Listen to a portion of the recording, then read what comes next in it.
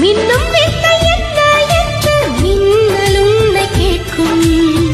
எங்கே தீண்ட வேண்டும் என்று தென்றல் உன்னை கேட்கும்.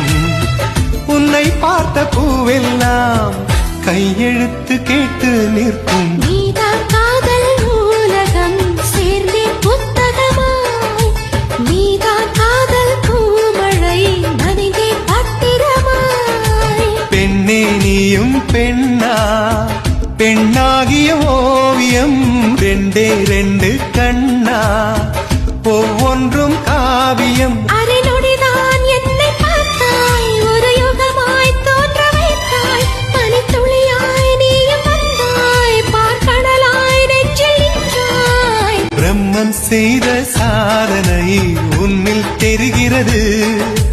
உன்னை எழுதும் போதுதான் மொழிகள் இனிக்கிறது.